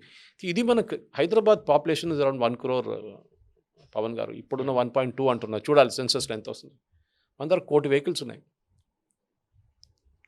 అండ్ దెన్ పక్కన ఉన్న డిస్ట్రిక్ట్స్ నుంచి వెహికల్స్ కూడా ఎక్కడ తిరుగుతుంది, నంబర్ ప్లేట్ చూస్తే తెలిసిపోతుంది మీకు. ఎందుకు? ఇది ప్రాబ్లం. ఆ ట్రాఫిక్ అంతా వచ్చి అక్కడ పడుతుంది, మీరేమో కట్టుకుంటూ పోతున్నారు ఇంకా 60 అంతస్తులు 70 అంతస్తులు. నీళ్ళు ఎక్కడున్నాయి? The biggest challenge is water. ఇప్పుడు ఏమైనా అంటారు, మేము కృష్ణా తీసుకొస్తాం, గోదావరి తీసుకొస్తామంటారు. మీరు అక్కడ కృష్ణా తీసుకున్నారు ముందు, ఇక్కడ నల్గొండ అటువైపు నుంచి, అది ఇప్పుడు అయిపోయింది. Now you are trying new sources. మీరు ఒక డెవలప్మెంట్ అనేది ఉండాలి డెఫినెట్గా, కానీ క్రేజీ డెవలప్మెంట్ ఉండకూడదు. అంటే మా మలయాళంలో అంటారు, it is like almost your మీకు డబ్బులు ఎంత దానికన్నా ఎక్కువ సంపాదించాలి, ఇంకా ఎక్కువ సంపాదించాలని చెప్పి అత్యాగ్రహం. That is the word we use in Malayalam. తెలుగులో నాకు దాని ఈక్వల్ అని తెలియదు, కానీ దట్ ఇస్ ఇట్. సో అది ఉండకూడదు. You make it sensible. ఇప్పుడు మీరు అన్అఫోర్డబుల్ చేసేసారు. మీ లాజిక్ ఏంటి? ఐటీ వాళ్ళు ఉంటారు, వాళ్ళు ఎంత అనుకుంటారు, ఐటీ డ్రీమ్ ఇస్ ఓవర్. నేను అనట్లేదు, you look at all the major IT stars, వాళ్ళు కూడా అంటున్నారు IT dream is over. Okay, ఒకటి ఏఐ వచ్చింది, చాలా మార్పులు తీసుకొచ్చి. వరకల్లో చూసాం దాదాపు 15,000 మంది లే ఆఫ్ ఇండియాలో, 35,000 దేశం మొత్తం, ప్రపంచం. ఎంట్రీ లెవెల్ జాబ్స్ లేదు సార్ పవన్ గారు. మీరు క్యాంపస్ రిక్రూట్మెంట్కి వెళ్ళండి, 5%, 10% మంది కూడా ఉద్యోగాలు రావట్లేదు. కానీ వాళ్ళు హోర్డింగ్లో పెడతారు 100% ప్లేస్మెంట్ అని. కరెక్ట్. కానీ మనకు అక్కడికి వెళ్తే నిజం తెలిసిపోతుంది ఎంత అని. Okay, because everything repetitive task అంతా ఏఐ చూసుకుంటున్నారు ఇప్పుడు. అన్ని కంపెనీలు, పెద్ద ఎంఎన్సీస్ అన్ని కూడా లే ఆఫ్స్ ప్రకటిస్తున్నాయి. సో లే ఆఫ్స్ ఎందుకు? They are bringing efficiency into the system. ఇప్పుడు మీరు ఆ కంపెనీని కాంటాక్ట్ చేయాలంటే ముందు కాల్ సెంటర్ ఉంటుండే, ఇప్పుడు కాల్ సెంటర్ లేదు. ఇప్పుడు చాట్ బాట్కి వెళ్ళిపోతారు మీరు, డైరెక్ట్ వచ్చేస్తుంది అక్కడ. కొంతసేపు అయినాక అది డిటెక్ట్ చేస్తుంది మీరు సీరియస్గా మాట్లాడుతున్నారా, లేకుంటే మీరు కొంచెం రిఫ్రాగా మాట్లాడుతున్నారా. మన అట్లా జరిగింది. I got into chatbot. నేను లాస్ట్లో చెప్పాను, ఎలక్ట్రికల్ పాయింట్ అది కాలిపోయింది మాది, మీ డివైస్ యూజ్ చేసి ఏం చేయమంటారు అంటే ఇమ్మీడియట్గా హ్యూమన్ వచ్చేసాడు. Okay okay, tell me sir, I will take care of it now అన్నాడు. అప్పుడు చెప్పాను నేను, ఇట్లా జరిగిందా బాబు అంటే, tomorrow I will send a technician sir అన్న. Very good. సో మన ఇది ప్రాబ్లం ఎక్కడ వచ్చిందంటే, మనం అనుకున్న డిమాండ్, ఇప్పుడు ఎకనామిక్స్లో అంటా చూడండి, సప్లై అండ్ డిమాండ్ ఈక్వల్ ఉండాలి. ఈ సప్లై చాలా అయిపోయింది, డిమాండ్ లేదు. ఇన్వెంటరీ పెరిగిపోయింది, ఇన్వెంటరీ విపరీతంగా పెరిగింది. సురేష్ గారు, ఇప్పుడు హైడ్రా అంటే పొలిటికల్ యాంగిల్ మనం చూస్తే, ఇక్కడ కాంగ్రెస్ సర్కార్ వచ్చాక వాళ్ళు తీసుకొచ్చారు హైడ్రా, ఒక చెరువుల్ని రక్షించడానికి, మంచి ఉద్దేశమే. అయితే హైడ్రా వచ్చిన తర్వాత ఒక ఫోబియా, ఒక భయం, ఒక ఆందోళన, ఇళ్ళు ఉంటాయా లేదా, రేపు ఏదైనా ఒక ఫ్లాట్ కొనుగోలు చేస్తే ఏమవుతుంది, అది కరెక్ట్గా ఉందా లేదా అని ఒక తర్జన భర్జన, ఒక అనుమానం, వీటితో కూడా కొంత రియల్ ఎస్టేట్ మీద పడింది అనేది ఒకటి వినిపిస్తుంది. కరెక్టే అంటారా అది? లేకపోతే జనరల్గా ప్రపంచం మొత్తం మార్కెట్ ఇట్లాగే ఉందా రియల్ ఎస్టేట్? లేదు, హైడ్రాని నేను తప్పు పట్టను పవన్ గారు. హైడ్రా బాగా పనిచేస్తున్నారు with in their constraints, Ranganath గారు కానీ వాళ్ళ టీం కానీ. ఎందుకంటే వాళ్ళతో రీసెంట్లీ మా అమ్మగూడ దగ్గర ఒక ప్రాబ్లం ఉండే, మంచి ఉద్దేశం. ఓకే, వాళ్ళు బాగానే పనిచేస్తున్నారు. అక్కడ పెద్ద పెద్ద రాక్స్ ఉండే, ఏదో రియల్ ఎస్టేట్ కంపెనీ వాళ్ళు వచ్చి రాక్ పెద్ద పెద్ద అప్పుడో ఉన్న అంటే తొలి పెద్ద రోజుల్లో కొండలు. ఒక భయంతో రియల్ ఎస్టేట్ కొంత స్తబ్దత వచ్చేసింది హైడ్రా మీరు- తీసుకొచ్చిన కొత్తలో. మీరు తప్పు చేయకపోతే మీకు భయం ఎందుకండి? ఉమ్, సింపుల్. హైదరాబాద్లో ప్రాబ్లం ఏముందంటే మన టైటిల్స్ క్లియర్ లేదు ఇక్కడ. నిజాం వెళ్తూ వెళ్తూ ఈ లెఫ్ట్ ల్యాండ్ అంతా మీదని చెప్పి ఒకటికి ఇచ్చేస్తుండే ఉమ్, గుర్రం మీద. రిటర్న్ వస్తున్నప్పుడు మళ్ళీ అదే ల్యాండ్కి రైట్ సైడ్ హ్యాండ్ చూపించి ఇదంతా మీదని చెప్పి ఇంకోటి చెప్తుండే. అదే జాగీర్లు అంటారు కదా ఇప్పుడు మణికొండ జాగీర్ జాగీర్, కుప్పాల జాగీర్. కూడా మొత్తం జాగీర్. ల్యాండ్ రికార్డ్ ఒక్క ల్యాండ్ 5 మందికి అమ్ముతుండే. ఉమ్, దాని నడిమిట్లో వకఫ్ బోర్డు వస్తుంది, ఇది మాదంటారు. ఇన్ఫోసిస్ ల్యాండ్ కానీ మైక్రోసాఫ్ట్కి ఇచ్చింది, ఐఎస్బీకి ఇచ్చిన ల్యాండ్ అంతా మాదంటారు. ఉమ్, ఎక్కడ ఉంటుంది? Where there's no clarity of land. హైదరాబాద్ కూడా హాఫ్ ద టైం అనుకుంటా వాళ్ళు కోట్ల కేసులు ఫైట్ చేస్తున్నారు. వాళ్ళ పని అది అవును. ప్రొటెక్ట్ చేయడం కాదు, లేకులకు సంరక్షించడం. కానీ రాక్స్ ఇప్పుడు అమ్ముగూడ ఇష్యూ మేము వచ్చినప్పుడు మేము వెళ్ళాం. And Ranganath was very positive about it. Save the rock society వాళ్ళతో మాట్లాడి అనురాధారెడ్డి గారు. ఈ వెరీ పాజిటివ్. వాళ్ళ టీం కూడా అంతే, పిలిస్తే ఎప్పుడో వచ్చేస్తారు వాళ్ళు, డిఆర్ఎఫ్ అంతా వచ్చేస్తారు అప్పుడు. ఉమ్, ఈ ప్రాబ్లం ఏంటంటే మనం లేక్స్ని కాపాడుకో. ఒక టైంలో మన దగ్గర 4000 లేక్స్ ఉండే హైదరాబాద్లో. ఉమ్, మోక్షగుండం విశ్వేశ్వరయ్య గారిని తీసుకొచ్చి నిజాం ఈ 2 చెరువులు కట్టించారు పెద్దది, హిమాయత్ సాగర్ అండ్ ఉస్మాన్ సాగర్. అవును. ఎందుకంటే మూసీ ఫ్లడ్డింగ్ 1908లో జరిగిన తర్వాత జరగకూడదు ఇంకోసారి అని చెప్పి ఉమ్, అప్పుడే ప్రొఫెషనల్గా ఆలోచించారు ఈవెన్ నిజాం కూడా. కానీ విశ్వేశ్వరయ్య గారు ఒకటే కండిషన్ పెట్టారు, నేను చెప్పింది నేను చేస్తాను, మీరు ఎవరిని ఇంటర్ఫియర్ చేయకూడదని. ఆయన చేశారు కూడా, చేసి చూపించారు. ఇప్పుడు మనం అదే 2 చెరువుల మీద డ్రింకింగ్ వాటర్ డిపెండెంట్ ఉంటాయి ఒక 20 సంవత్సరాల ముందు దాకా. తర్వాతనే కదా మంజీరా వచ్చింది, తర్వాత మంజీరా పోయింది, అప్పట్లో 5 లక్షల మందికి డ్రైనేజీ సిస్టమ్ పెట్టారంటే మొన్నటి దాకా అదే డ్రైనేజీ అదే నడుస్తుంది. ఇటువైపు బ్రిటిష్ వాళ్ళు ఉన్నారు, అటువైపు నిజాం ఉన్నారు. బ్రిటిష్ వాళ్ళ కంటోన్మెంట్ అట్లనే ఉంది ఇప్పుడు కూడా, ఎందుకంటే ఆ గ్రీనరీ ఎట్లనే మెయింటైన్ చేసుకుంటుంది. మాకు అల్వాల్ ఇప్పుడు కూడా బోర్వెల్ నీళ్ళు బాగా వస్తుంది, మాకు ప్రాబ్లమే లేదు. ఇంత సమ్మర్లో కూడా నో రెస్ట్రిక్షన్ అట్ ఆల్. ఎందుకంటే అటువైపు ఆర్మీ ఉంది, ఆర్మీ ఏరియా. రైల్వే క్రాసింగ్ చేయగానే ప్రెసిడెంట్ ఎస్టేట్ ఉంది, రాష్ట్రపతి నీళ్ళే. మాకు నీళ్ళు ప్రాబ్లమే లేదు. అవి లేకుండా అనుకోండి అక్కడ కూడా 60 అంతస్తుల బిల్డింగ్లు వచ్చేస్తుండే. సురేష్ గారు, ఇప్పుడు మనం హై రైజ్ బిల్డింగ్స్ చూసుకుంటే ఈ కోకాపేట ఏరియా కావచ్చు, కొల్లూరు, ఇటువైపు మనం వెస్ట్ సైడ్ ఇవన్నీ చూసుకుంటే దాదాపు 100 హై రైజ్ బిల్డింగ్స్ ఉన్నాయనేది ఒక అంచనా. మనకి డైరెక్ట్ రికార్డ్స్ కాకుండా జనరల్గా చెప్తుంది. ఒక హై రైజ్ బిల్డింగ్లో దాదాపు 2000 నుంచి 3000 ఫ్లాట్స్ ఉంటాయి. దాదాపు 100 అంటే 2 నుంచి 3 లక్షల ఫ్లాట్స్. ఇక స్టాండ్ అలోన్ తీసుకుంటే దాదాపు కొన్ని వేలల్లో హైదరాబాద్ సరౌండింగ్ ఏరియాల్లో ఉండొచ్చు అనేది. అంటే ప్రస్తుతం మీ అంచనా ఏంటి? ఎందుకంటే మీరు మొత్తం చూస్తూ ఉంటారు, చాలా మందితోటి మాట్లాడుతూ ఉంటారు, రియల్ ఎస్టేట్ సమ్మిట్స్ కూడా వెళ్తూ ఉంటారు కాబట్టి ఎన్ని ఫ్లాట్స్ ఖాళీగా ఉండే అవకాశం ఉంది? నా అంచనా ప్రకారం ఇండస్ట్రీ వాళ్ళు చెప్పింది, నా ఫిగర్ కాదు. ఉమ్, వాళ్ళు ఆఫ్ ద రికార్డ్ చెప్తారు, కెమెరా ఆఫ్ చేసిన తర్వాత మాట్లాడతారు. కెమెరా ఉన్నదాకా అన్నీ బాగుందంటారు, కెమెరా ఆఫ్ చేసినాక వాళ్ళు ఇంకో market రికార్డ్ depth చెప్తారు, అంతే. ఆఫ్ ద రికార్డ్ చెప్తారు వాళ్ళు. వాళ్ళ అంచనా ప్రకారం ఏంటంటే 30 నుంచి 35% దాకా అన్సోల్డ్ ఇన్వెంటరీ ఉందంటున్నారు. ఉమ్, అందిసి మనం క్రెడాయి కానీ మిగతా బాడీస్ గారు అడిగితే కూడా వాళ్ళు బాగానే ఉంది ఇండస్ట్రీ, కొంచెం స్లంప్ ఉంది అంటారు. కొంచెం స్లంప్ ఉందా, కొంచెం ఎంత అని దట్స్ అ డెఫినేషన్ అన్నమాట. కొంచెం అన్నారంటేనే చాలా ఎక్కువ. అది కొంచెం అసలు you have to be realistic about it. Um, మీకు ఏం అక్కర్లేదు, మీ రెరా సైట్కి వెళ్ళి మీ రెరా డీటెయిల్స్ చూసి ఎన్ని ఫ్లాట్స్ అవైలబుల్ ఉందని చూసేసి దాంతో తర్వాత రిజిస్ట్రేషన్ మ్యాచ్ చేస్తే మీకు తెలిసిపోతుంది ఎంత ఉందని. ఉమ్, ముందు మీరు ఆల్మోస్ట్ 85% దాకా కట్టిన తర్వాతనే మీకు ఫ్లాట్ హ్యాండ్ ఓవర్ ఉంటుంది. ఇప్పుడు వాళ్ళు అంటున్నారు మీరు ఏం కట్టక్కర్లేదు, 10% ఇచ్చేసేయండి, తర్వాత ఫ్లాట్ రెడీ అయినప్పుడు మీరు మళ్ళీ రిమైనింగ్ అమౌంట్ కట్టండి. ఉమ్, అక్కడే డెస్పిరేషన్ తెలిసిపోతుంది. నేను అదే అంటున్నాను, ఇది ఏమైందంటే మనం ఇప్పుడు నాకు తెలిసిన ఒక అపార్ట్మెంట్ కాంప్లెక్స్ ఉంది మన పీరాన్ చెరువు దగ్గర. అక్కడ నీళ్లు, బాత్రూంలో ఉన్న నీళ్ళు రీసైకిల్ చేసి యూజ్ చేస్తారు వాళ్ళు. చాయిస్ లేదు వాళ్ళకి. ఓకే, కిచెన్లో వచ్చే నీళ్ళు, మిగతా వాష్ బేసిన్లో వచ్చే నీళ్ళంతా ఓకే, కానీ బాత్రూమ్ నుంచి వెళ్ళే నీళ్ళని రీసైకిల్ చేస్తున్నారు, మళ్ళీ అదే బాత్రూమ్ పంపిస్తున్నారు వాళ్ళు. ఉమ్, కింద గార్డెనింగ్కి యూజ్ చేస్తున్నారు, తప్పులేదు. We have to do it, there's no choice. ఎందుకంటే మీరు 4000 మీరు చెప్పినట్లు 5000 మంది 5000 ఫ్లాట్లు 3000 ఫ్లాట్లు కట్టిన తర్వాత నీళ్ళు ఎక్కడి నుంచి వస్తుంది? ఉమ్, మేము గోదావరి తెచ్చుకుంటున్నాం, అది మిషన్ భగీరథ అని చెప్పారు. ఇప్పుడు మిషన్ భగీరథ ఎవరు మాట్లాడలేదు. ఉమ్, ఓకే, జల్ జీవన్ మిషన్ వచ్చింది, జల్ జీవన్ మిషన్ కింద అందరికి నీళ్ళు ఇచ్చేస్తామన్నారు. 4000 మందికి మీరు ఎక్కడ ఇస్తారు నీళ్ళు? What is the capacity of the city? సరే, ఈ సిటీకి వచ్చిన అందరికీ ఒక ఇల్లు ఉండాలి ఉండడానికి, కానీ మీరు అన్అఫోర్డబుల్గా చేసేసారు దాన్ని. ఉమ్, మీరు చెప్పినట్ల ముందు 20,000 25,000కి ఉంటుండే. మా ఏరియాలో కూడా షామీర్పేట నుంచి మన బయోటెక్ పార్క్ వచ్చిన తర్వాత, షాపోజీపల్లి పార్క్ వచ్చిన తర్వాత, మొత్తం జినోమ్ వ్యాలీ వచ్చిన తర్వాత ఇప్పుడు మా ఏరియాలో కూడా రెంట్లు పెరిగినాయి, రష్ పెరిగినాయి. రోజుకి పొద్దున ఒక 30, 40, 50 బస్సులు పోతాయి, 4-wheel drive బస్సులు నా బయోటెక్ పార్క్ వైపు, జినోమ్ వ్యాలీ వైపు. So you are making it unaffordable. ఇది ప్రాబ్లం. మనం ఇక్కడ వచ్చిన వాళ్ళు అందరు ముందేమనుకున్నారు, నాలాంటి వాళ్ళు కూడా. ఇప్పుడు నేను చిన్నప్పుడే వచ్చాను అనుకోండి, ఇక్కడ 65 మా నాన్నగారితో అమ్మగారితో వచ్చినప్పుడు రైల్వేలో మా ఫాదర్ పనిచేస్తున్నప్పుడు. కానీ ఇప్పుడు చూడండి, అప్పటి పరిస్థితి చూడండి, ఇప్పుడు పరిస్థితి చూడండి, అన్నిటికీ రేటు పెరిగినాయి. నాట్ దట్ అప్పుడు సిమెంట్ మా నాన్నగారు కొన్నప్పుడు నాకు గుర్తుంది 17 రూపాయలు ఉండే ఒక సిమెంట్ బ్యాగ్. ఓకే, ఆయన కట్టినప్పుడు 77 ఇల్లు కట్టినప్పుడు జమ్మస్మానేలో. ఇప్పుడు ఎంత ఉంటుంది? ఇది అన్నిటికీ cost have gone up. They will also argue per square feet cost పెరిగింది, మేమేం చేయాలి? But the main input is the land వాల్యూతో ఇదంతా జరుగుతుంది. ఓకే, మీరు పాత సీఎం ఆఫీస్ ప్రగతి భవన్ పక్కన ఒక హోటల్ ఉంది, ప్లాజా హోటల్, వీళ్ళ టూరిజం వాళ్ళది. అక్కడ మీకు కింద ఒక హోటల్ ఉంది, మినర్వా వాళ్ళది. టూరిజం కింద ఒక ప్లాజా హోటల్ కింద మినర్వా వాళ్ళ కాఫీ షాప్ ఉంది, అక్కడ మంచి రెస్టారెంట్ ఉంది, చాలా మంచిది. I regularly go there. అక్కడ మీరు ఒక 10 గంటల నుంచి వెళ్తే ఒక 1 గంట 2 గంటలు 3 గంటల దాకా అందరు కద్దరు వేసుకునే వాళ్ళు ఉంటారు అక్కడ లోపల. రియల్ ఎస్టేట్ డీల్స్ నడుస్తూ ఉంటుంది. అందరి చేతిలో స్టాంప్ పేపర్ ఉన్న పేపర్ ఉంటుంది, 50 పేజీలు 40 పేజీలు పట్టుకొని మాట్లాడుతూ ఉంటారు. హైదరాబాద్లో this has become a big thing. మా వైపు కూడా తక్కువ కాదు, పొలాలు అమ్మేసుకొని బిల్డింగ్లు కట్టుకుంటున్నారు. In Kerala you know one thing Pavan garu, ఒకసారి పొలం అయితే అది పొలమే, యూ కెనాట్ కన్వర్ట్ ఇట్. మీరు కన్వర్ట్ చేయలేరు దాన్ని. అక్కడ పడి ఉంటుంది పొలం అట్లనే. కేరళలో అదొక ట్రాజడీ ఇంకోటి, ఎందుకంటే పని చేయడానికి ఎవరు లేరు అక్కడ. బెంగాలీ వాళ్ళు, అస్సామీ వాళ్ళు వస్తారు అక్కడ పొలాల్లో పని చేయడానికి. కాస్ట్ ఎక్కువ అయిపోయింది, ఇన్పుట్ కాస్ట్ ఎక్కువైంది, అగ్రికల్చర్ ఇస్ అన్రెమ్యునరేటివ్ అయిపోయింది అక్కడ.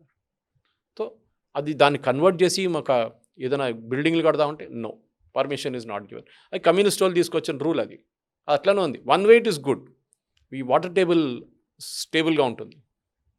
లేకుంటే అక్కడ కూడా మీరు బిల్డింగ్లు కట్టేస్తే మళ్ళీ ఏమి ఉండదు మళ్ళీ. సురేష్ గారు, ఇప్పుడు మనం ఈ కేటగిరీలో రియల్ ఎస్టేట్లో ఒక 3-4 కేటగిరీలు మనం ప్రధానంగా తీసుకుంటే, లోయర్ ఇన్కమ్ గ్రూప్ అనేవాళ్ళు 35 lakhs నుంచి ఒక 60 lakhs కాస్ట్ ఉన్న ఫ్లాట్ కొంటారు అనుకుంటే, వాళ్ళు సింగిల్ బెడ్రూమ్ కావచ్చు, లేకపోతే 60 lakhsలో డబుల్ బెడ్రూమ్ కావచ్చు. 60 lakhs దగ్గర నుంచి 1.2 crore దాకా వాళ్ళని మిడిల్ ఇన్కమ్ గ్రూప్గా తీసుకుని, 1.2 అబోవ్ హయ్యర్ ఇన్కమ్ గ్రూప్గా తీసుకుంటే, ఎక్కడ ఏ సెగ్మెంట్లో ఎక్కువగా సమస్య ఉంది? ఇప్పుడు సేల్స్ ఎక్కువగా ఏ సెగ్మెంట్లో పడిపోయి? ఫస్ట్ ఆఫ్ ఆల్ 60 lakh ఫ్లాట్లు ఇప్పుడు లేవు సిటీలో, ఎక్కువ లేవు, అన్ని అవుట్స్కట్స్కి వెళ్ళాలి. అవును, అవుట్స్కట్స్లో ఉంది. ఓకే, అది వాళ్ళ పెట్టుబడి మీద. ఇప్పుడు విజయవాడ నుంచి వచ్చారనుకోండి మీరు, అక్కడ మీ దగ్గర ఉండి ఇల్లు అమ్మేసుకుని హైదరాబాద్లో వచ్చి ఇల్లు తీసుకుంటారు మీరు. అది చాలా జరిగింది తెలంగాణ వచ్చినప్పుడు కూడా. అండ్ ఫస్ట్ ఆఫ్ ఆల్ మన జగన్ గవర్నమెంట్ వచ్చినప్పుడు, డెవలప్మెంట్ లేకున్నప్పుడు చాలామంది విజయవాడలో ఉన్న ప్రాపర్టీస్ అక్కడ, విజయవాడ అంటే చుట్టుపక్కల ఉన్న అన్ని ఏరియాస్లో అమ్మేసుకుని వాళ్ళు ఇక్కడికి వచ్చారు. అదొక కేటగిరీ ఉంటుంది. కానీ మీరు చెప్పిన మిడిల్ కేటగిరీ చూడండి, వాళ్ళు అక్కడ లేని ఇక్కడ లేని సంగతి వాళ్ళది. 1.2 1.3 crores మీకు సికింద్రాబాద్ వైపు కనిపిస్తుంది, మీకు ఇక్కడ లేదు, ఇటువైపు లేదు. సికింద్రాబాద్ ఇప్పుడు కూడా ట్రెడిషనల్లీ ఒక రెసిడెన్షియల్ ఏరియా. ఇప్పుడు కూడా ఒక టైంలో మారట్పల్లి ఇండిపెండెంట్ హౌసెస్ ఉంటుండే మొత్తం. ఓకే, లీజ్ హోల్డ్ ఉంటుండే ఆ టైంలో. ఇప్పుడు అది ఫ్రీ హోల్డ్ చేసేసారు. ఫ్రీ హోల్డ్ చేయగానే ఏం చేశారు, మొత్తం అపార్ట్మెంట్లు కట్టేశారు అక్కడ. ఇప్పుడు అక్కడ కూడా నీళ్ళ ప్రాబ్లం వచ్చేస్తుంది. So independent house British time నుంచి ఉండే ఆ టైంలో అక్కడ. లక్కలీ ఆర్మీ, ఏఓసీ కానీ, ఈఎంఐ కానీ, వీళ్ళందరూ ఉన్న ఎంసీఎంఐ ఉన్నా కానీ మాకు ఆ ఏరియాలో ప్రాబ్లం లేదు. కానీ మిగతా చోట్ల ప్రాబ్లం. సో 1.5 crores మీరు చెప్పినట్ల దానికన్నా పైన ఉన్న అక్కడే అక్కడే వస్తుంది వీళ్ళకి. ఓకే, అక్కడ ఎన్ఆర్ఐ ఇన్వెస్ట్మెంట్స్ చాలా ఉంటుండే. ఇప్పుడు ఎన్ఆర్ఐ ఇన్వెస్ట్మెంట్స్ పడిపోయింది దారుణంగా. అంటే హై రైజ్ మీద ఎక్కువగా. అదే ఎన్ఆర్ఐస్ కూడా స్మార్ట్ అయిపోయారు వాళ్ళు. ఇప్పుడు వాళ్ళు చూస్తున్నారు ఇక్కడ హైదరాబాద్ కాకుండా ఇంకెక్కడ పెడతాం, వాళ్ళు ఇన్వెస్ట్మెంట్ చూస్తున్నారు. Second category in NRIs is వాళ్ళ నాన్నగారు అమ్మగారిని చూసుకోవడానికి. నేను చెప్పినట్ల ఇప్పుడు సాకేత్ అని మా దగ్గర కాప్రాలు ఒకటి ఉంది, old beautiful, very well done. అప్పుడు చాలా సంవత్సరాల ముందు. వాళ్ళు ఇప్పుడు కొత్త ఎక్కడ కూడా కడుతున్నారు. ఈవెన్ చెన్నైలో ఉంది, కోయంబత్తూరులో ఉంది అట్లాంటి. దాంట్లో ఏంటంటే వాళ్ళు మెడికల్ ఫెసిలిటీస్ అన్నీ ప్రొవైడ్ చేస్తారు, వాళ్ళు ఫుడ్ చూసుకుంటారు, అన్నీ చూసుకుంటారు, డైటీషియన్ ఉంటారు. That is the different thing. So ఈ ఇన్వెస్ట్మెంట్ చేసేటోళ్ళు, ఎందుకంటే ఇప్పుడున్న ఈ డిస్పోజబుల్ ఇన్కమ్లో ఇప్పుడున్న యంగ్స్టర్స్ చాలా కేర్ఫుల్ అయిపోయారు. స్టాక్ మార్కెట్లో పెట్టాలన్నా, బంగారంలో పెట్టాలన్నా, ల్యాండ్లో పెట్టాలన్నా, ఆర్ అపార్ట్మెంట్ కొనాలన్నా, దే బికమ్. మనం కూడా అడ్వైస్ చేయలేము వాళ్ళు మనకన్నా ఎక్కువ నాలెడ్జ్ ఉంది వాళ్ళకి, ఎక్కడ అప్రిషియేట్ అవుతుంది. ఓకే, ఒక సర్టన్ సిచ్యువేషన్ వచ్చిన తర్వాత అప్రిషియేషన్ ఉండదు. అండ్ ఎస్పెషల్లీ అపార్ట్మెంట్లో అప్రిషియేషన్ చాలా తక్కువ. ల్యాండ్లో అప్రిషియేషన్ ఉండదు, ఎందుకంటే భగవంతుడు తయారు చేయట్లేదు, ల్యాండ్ అయిపోయింది, తయారు చేసిన ల్యాండే ఉంది ఇప్పుడు. కానీ అక్కడ కూడా మీరు స్పెక్యులేషన్ పెట్టిన తర్వాత అక్కడ కూడా పోయింది. స్పెక్యులేషన్లోనే మొత్తం చంపేస్తుంది, మార్కెట్ని ఫినిష్ చేసి పడేస్తుంది. అంటే ఇప్పుడు ఇటువంటి పరిస్థితుల్లో ఇప్పుడు కొనొచ్చా, లేకపోతే కొంత ఆగడం బెటరా ఏంటి మీ అంచనా? నేను చెప్పట్లేదు పవన్ గారు, ఇది నేను చెప్పాను కదా మొన్న కూడా మాట్లాడినప్పుడు. ఆల్మోస్ట్ 10-15 మంది కలిచారు పెద్దవాళ్ళు, రియల్ ఎస్టేట్ వాళ్ళు. వాళ్ళు కూడా ఏమన్నారంటే, మేము డిస్కౌంట్ ఇస్తున్నాం, ఆఫ్ ద రికార్డ్ డిస్కౌంట్ ఇస్తున్నాం, కానీ మేము ఒక సిచ్యువేషన్, ఒక పాయింట్ తర్వాత డిస్కౌంట్ ఇవ్వలేము. మేము పెట్టుబడి పెట్టిన దాంట్లో మేము పెట్టిన ఇన్వెస్ట్మెంట్ ల్యాండ్ కానీ కన్స్ట్రక్షన్ కాస్ట్ అది కాకుండా దానికున్న ఫెసిలిటీస్ క్లబ్ హౌస్ కానీ జిమ్ కానీ మళ్ళీ లైజనింగ్ ఖర్చులు కూడా ఎక్కువ ఉంటాయి. అంతా ఉంటుంది. ఇదంతా పెట్టినప్పుడు మాకు ఒక సర్టన్ బ్రేక్ ఈవెన్ రావాలి. ఉమ్, అట్ ద సేమ్ టైం ఈ లాక్టప్ అసెట్ అయితే ప్రాబ్లం అయిపోతుంది. మీరు అమ్మి ఆ డబ్బులతో ఇంకైనా చేసుకోవచ్చు. మీరు అమ్మకపోతే అది అట్లనే లాక్టప్గా ఉండిపోతుంది. ఉమ్, ఏం చేస్తారు దాని తర్వాత? అప్పుడు డిస్ట్రెస్ సేల్ వచ్చేస్తుంది. మీరు అప్పు తీసుకొని బ్యాంక్ దగ్గర నుంచో మీరు ఇక్కడి నుంచి అప్పు తీసుకొని మీరు కట్టేసి ఉంటారు. వాళ్ళు రేపు అమౌంట్ రిటర్న్ అడుగుతారు. అప్పుడు ఏం చేస్తారు? ఉమ్, ఇది మన పర్సనల్ లోన్ తీసుకున్నట్లు అయిపోతుంది. కొంతమంది కరెక్ట్. లాస్ట్ ఊరేసుకుంటాడు. ఇది సంగతి. We should been very careful. ఇక్కడే నాకు క్రెడై కానీ even to certain extent RERA of course ఏం చేయలేరు. They are only regulating agency. Um, కానీ ఈవెన్ క్రెడా లాంటి వాళ్ళు కూడా కొంచెం సీరియస్ ప్లేయర్స్ని ఎంకరేజ్ చేయాలి. ఈ రిఫర్ ఆఫ్ ప్లేయర్స్ చాలామంది వచ్చి ఈ డబ్బులు చూసి పొలిటీషియన్స్ దగ్గర నుంచి ఇన్వెస్ట్మెంట్ తీసుకొని అది కూడా ఉంది ఇంకో స్కామ్. అది ఉమ్, వాళ్ళు కూడా దీంట్లో ఇన్వాల్వ్ ఉన్నారు చాలామంది. దాంతోనే జరిగింది ఇదంతా. ఇప్పుడు జరిగిన పరిస్థితి ఇప్పుడున్న పరిస్థితుల్లో నేను చెప్తున్నాను, నేను మాట్లాడుతుంటా రెగ్యులర్గా. వాళ్ళు అంటున్నారు ఒక 30% దాకా మేము అమ్మలేకపోతున్నాం. 30-35% దాకా. ఉమ్, మిగతా వాళ్ళు ఈఎంఐ కట్టారు. ఫస్ట్ ఇన్స్టాల్మెంట్ కట్టిన తర్వాత they are waiting for the completion of the flat. Um, మేము కంప్లీట్ చేస్తే మేము అమ్మకపోతే మళ్ళీ అది లాక్టప్ అసెట్ అయిపోతుంది. దాన్ని మెయింటైన్ చేయాల్సి వస్తుంది. ఎవరు చేస్తారు ఇదంతా? ఇది ప్రాబ్లం అనమాట. And again I'm coming to the point. మీరు 60 అంతస్తులో 50 అంతస్తులో 30 కడతారు, కానీ నీళ్ళు ఎక్కడ, డ్రైనేజ్ ఎక్కడ? లోపల అందరు అంటారు చూడండి, హైదరాబాద్ గురించి చెప్తున్నా, inside it is like Paris, out side it is like Ethiopia అని. మీ బయట రోడ్ ఏంటి సంగతి ఏంటి? మీరు ఒక వర్షం పడంగానే మొత్తం ట్రాఫిక్ అంతా జామ్ అయిపోతుంది. వరదలు అయిపోతుంది. నీళ్ళ మీద మొత్తం చెరువులాగా అయిపోతుంది నీళ్ళు. ఎందుకు? బికాస్ మీ చెరువులలో ఇల్లు కట్టారు. అవును. పేరు కూడా చెరువు అని పెట్టుకున్నారు. దాని తర్వాత నీళ్ళు రాకపోతే ఏంటి? I'm not surprise. నీళ్ళు అక్కడికి వస్తుంది. Um, water will go to the lowest point. That's a logic అనమాట దాన్ని. So infrastructure wise Hyderabad is creaking. I think after Bengaluru మనకి next disaster is Hyderabad. Gurugram కూడా అంతే. ఉమ్. గురుగ్రామ్ కూడా అదే నడుస్తుంది. మన దగ్గర ప్రతి సిటీలో అదే ఉంటుంది. అంటే ఇప్పుడు మార్కెట్ కొద్దిగా స్లో డౌన్లో ఉంది కాబట్టి ఈ టైంలో ఇన్వెస్ట్మెంట్ చెయ్యొచ్చు అని చెప్పే పరిస్థితి ఏం లేదంటారు. అందరూ వాళ్ళు ఇప్పుడు మీరు ఒక బిజినెస్ మ్యాన్ అయితే మీకు ప్రాబ్లం ఉండదు. ఉమ్, మీరు ఇన్వెస్ట్మెంట్ చేస్తున్నారు మీ పిల్లల కోసం, ఇల్లు కొనుక్కుని ఉందాం అనుకునే వాళ్ళ పరిస్థితి ఏంటి? అది అక్కడే వస్తుంది. మీరు ఈఎంఐ టెన్షన్ ఉన్నప్పుడు మీ ఉద్యోగం పోతుందా లేదా అని ఉద్యోగం ఉంటుందా లేదా అని భయం ఉన్నప్పుడు దే విల్ నాట్ ఇన్వెస్ట్. ఇది సైకాలజీ అట్లా.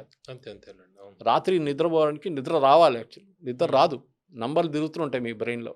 ఉమ్, రేపు ఈఎంఐ డ్యూ ఉంది, రేపు ఇన్ని లక్ష రూపాయలు ఈఎంఐ, లేకుంటే 70-80 వేలు ఈఎంఐ రేపు పొద్దున వస్తుంది బ్యాంక్కి, నా దగ్గర బ్యాంక్లో బ్యాలెన్స్ లేదు. ఉమ్, ఓకే, ఈ టెన్షన్లో ఉంటారు వాళ్ళు. ఏ రోజు పింక్ స్లిప్ ఇస్తారు, ఏ రోజు ఉద్యోగం నుంచి పంపించేస్తారు. మీరు చెప్పినట్టు ఆరకల్ కానీ మిగతా కంపెనీ ఏం చేస్తారు? సడన్లీ 4 లక్షలు 5 లక్షలు జీతం ఉన్న వారికి ఉద్యోగం లేదు నెక్స్ట్ డే, ఇప్పుడు 5 లక్షలు 6 లక్షలు.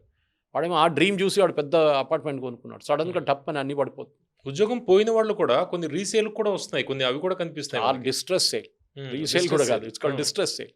ఓకే. ఎట్లైనా అమ్మేసి బ్యాంక్తో సెటిల్మెంట్ చేసుకుందామని చెప్పేసి. So I think the time has come. I think that CREDAI లాంటి కమ్యూనిటీ వాళ్ళు అందరు కూర్చొని మాట్లాడాల్సింది. Um. Look, we have a problem on hand. దాదాపు ఇన్వెంటరీ ఎంత ఉండొచ్చు అంటారు? ఎన్ని ఫ్లాట్స్ ఒక అంచనా? మీరు 30% అన్నారు. అంచనా ఒకటి 4 లక్షలు ఉండొచ్చా, 5 లక్షలు ఉండొచ్చా? అన్సోల్డ్ అంటున్నారా లేకుంటే unsold? Unsold I think it's around 55,000 first last year ఉండే inventory. That's for the industry, మన ఫిగర్ అఫీషియల్ గా చెప్పింది.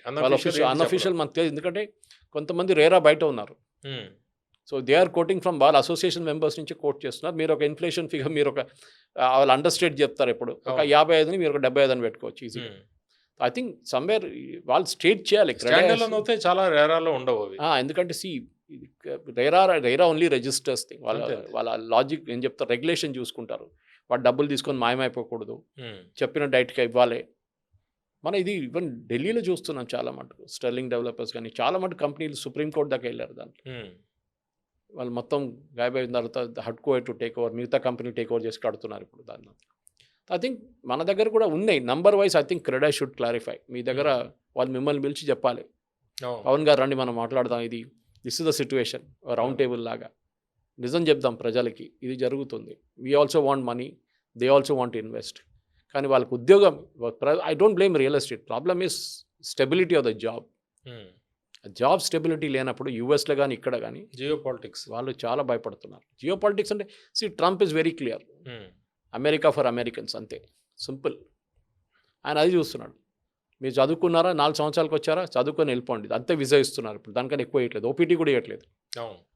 సో మీరేం చేస్తారు మీరు ఇక్కడున్న పొలాలు అమ్మేసుకొని ఇల్లు అమ్మేసుకొని అక్కడ వెళ్ళి చదువుకొని మీ డ్రీమ్ ఏంటి ముందెన్నోడు పెద్ద డ్రీమ్ క్రియేట్ చేశాడు అక్కడ అమెరికాలో రోడ్డు మీద బంగారం పడి ఉంటుంది బకెట్లో తీసుకొచ్చి మీరు వెళ్ళి చెప్పేసి ఆ డ్రీమ్ క్రియేట్ చేస్తారు దుబాయ్ లాగానే లాస్ట్ అంతా క్రాష్ అయింది ఇప్పుడు now they staring the reality ఏం చేయాలని అర్థం కావట్లేదు అని చెప్పేసి ఐ థింక్ మన పాత హైదరాబాద్ మిస్ చేస్తున్నాం సార్ పవన్ గారు రియలీ మిస్సింగ్ ఇట్ ఓకే ఒక అఫోర్డబిలిటీ ట్యాగ్ ఉండే మనకి అఫోర్డబుల్ సిటీ అందరు వస్తారు బాంబే నుంచి ఢిల్లీ నుంచి హైదరాబాద్లో వస్తే మాకు ఆ లైఫ్ స్టైల్ ముంబై లాగా కాస్ట్ లేదు ఇక్కడ ఇప్పుడు ఇది ముంబై కాస్ట్ అయిపోయింది ఇక్కడ కూడా కోర్స్ ముంబై ఇప్పుడు చాలా ముందుకు వెళ్ళిపోయింది అనుకోండి ముంబైలో ఇప్పుడు మీరు 3 కోట్లు 4 కోట్లు పెడితే కూడా 1 బెడ్రూమే వస్తుంది మీకు ఇక్కడ ఆ పరిస్థితికి రాలేదు ఇంకా okay we can still get our 2 or 3 bedroom ఇక్కడ ఆ రేట్కి కానీ డోంట్ మేక్ ఇట్ అన్అఫోర్డబుల్ అదే నాది ఒకటే అపీల్ ఏంటంటే make it an affordable city మనం బియర్ ప్లాటో వీ కెన్ గో అంటే కోర్స్ దానికి కావాల్సిన మెట్రో కనెక్టివిటీ కానీ దానికి కావాల్సిన అవుటర్ రింగ్ రోడ్ కానీ మీరు చెప్పినట్టు రీజనల్ రింగ్ రోడ్ కానీ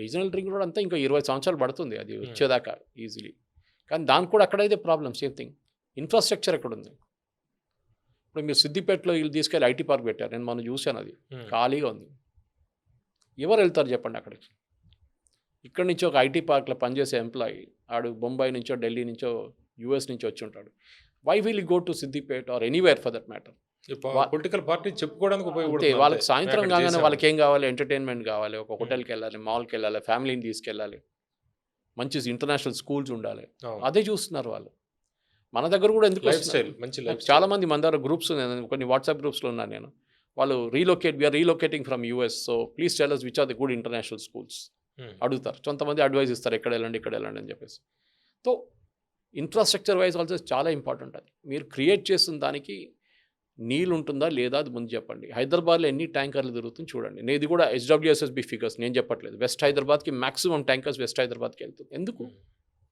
మన దగ్గర ముందే 20 ఫీట్లు తవ్వితే కంకర్ వస్తుంది మనకి we don't have a seepage facility చెరువులు కొట్టేశా మొత్తం అక్కడ మళ్ళీ హైడ్రాని కాంప్లిమెంట్ చేస్తున్నారు అట్లే ఉన్న చెరువులనే కాపాడుకుంటున్నారు వాళ్ళు కానీ ఈ చెరువులు లేకుండా ఏం చేస్తారు ఈ డెవలప్మెంట్ అని చెప్పి ఆ డెవలప్మెంట్ మీద చెరువుల మీద మొత్తం బండు కట్టేస్తారు నీళ్ళు వెళ్ళవు చెరువులకి ఫ్రెష్ వాటర్ వెళ్ళదు దానికి ఎగ్జిట్ లేదు నేను పనిచేస్తున్న టైంలో బంజారా హోటల్ ముందు ఒక లేక్ ఉంటుండే ఎంత క్లీన్ ఉంటుండే ఆ టైంలో టాకింగ్ ఆఫ్ సమ్ 30-40 ఇయర్స్ ఇప్పుడు అది చూడండి అది ఒక స్టింకింగ్ పాండ్ లాగా అయిపోయింది అదొకటి డ్రైనేజ్ లాగా అయిపోయింది అక్కడ అది పరిస్థితి we are killing it we are kill the city అది ఒకటి జరిగింది ఈ ఏం చెప్తారు ఇది డబ్బులు అని కొట్టుకొని చాలామంది దాంతో సిటీ మొత్తం సత్యనాశ చేసేస్తారు ఒక్క వర్షం పడంగానే ట్రాఫిక్ మొత్తం ఆగిపోతుంది ఓకే నేర్చుకోవాల్సింది మనం we have to learn from what went wrong in Bengaluru what went wrong in Mumbai కూడా నీళ్ళ సమస్య ఉండదు ఎందుకంటే వాళ్ళకి బిట్వీన్ ముంబై అండ్ కర్జత్ వాళ్ళకి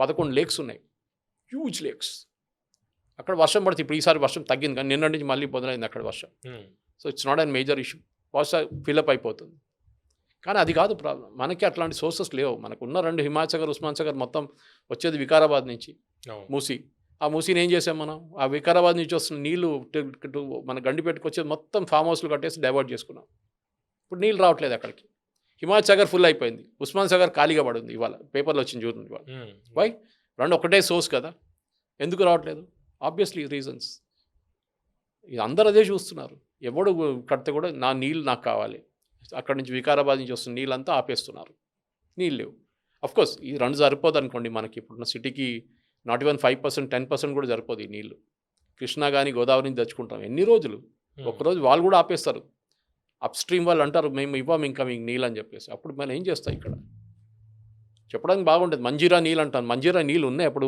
ఆ పేరు ఇప్పుడు ఉంది కానీ మంజీరా ఉందా మనం చిన్నప్పటి నుంచి వింటున్న పేరు మంజీరా అని మంజీరా వాటర్ అంటాం కానీ ఆ మంజీరా లేదు ఇప్పుడు మనం గోదావరి మాట్లాడుతున్నాం కృష్ణ అఫ్కోర్స్ కృష్ణ ట్రిబ్యూటరీ మంజీరా కానీ అప్పుడు కూడా so we have killed everything అనమాట ఈ హ్యూమన్ గ్రీడ్తోనే పోతుంది ఇదంతా ఓకే ప్రపంచవ్యాప్తంగా ఈ జియో పొలిటికల్ కండిషన్ల వల్ల రియల్ ఎస్టేట్ మీద తీవ్ర ప్రభావం పడింది దాంతోపాటు కొంతమంది బిల్డర్స్ రియల్టర్స్ ఎవరైతే ఉన్నారో వాళ్ళ స్వార్థ ప్రయోజనాల వల్ల భూమి రేటుని ఎక్కువ పెట్టి కొని దీని రేట్లను కూడా విపరీతంగా పెంచేశారు దానివల్ల అఫోర్డబిలిటీ అనేది బాగా తగ్గిపోయింది ఫ్లాట్స్ కొనే పరిస్థితి ఇప్పుడు లేదు. దీంతో పాటు రియల్ ఎస్టేట్ పరిస్థితుల నేపథ్యంలో ప్లాట్ల ధరలు అత్యధికంగా ఉన్న నేపథ్యంలో కూడా కొనుగోలుదారులు చాలా దూరంగా ఉన్నారు అనేది సురేష్ గారు చెబుతున్నారు. ప్రస్తుతం ఆయన అంచనా ప్రకారం, ఆయనకు వచ్చిన సమాచారం ప్రకారం మొత్తం ఇప్పటిదాకా హైదరాబాద్లో ఉన్న కన్స్ట్రక్షన్స్లో, కొత్తగా జరుగుతున్న కన్స్ట్రక్షన్స్లో 30% వరకు అన్సోల్డ్ ఖాళీగా ఉన్నాయి అనేది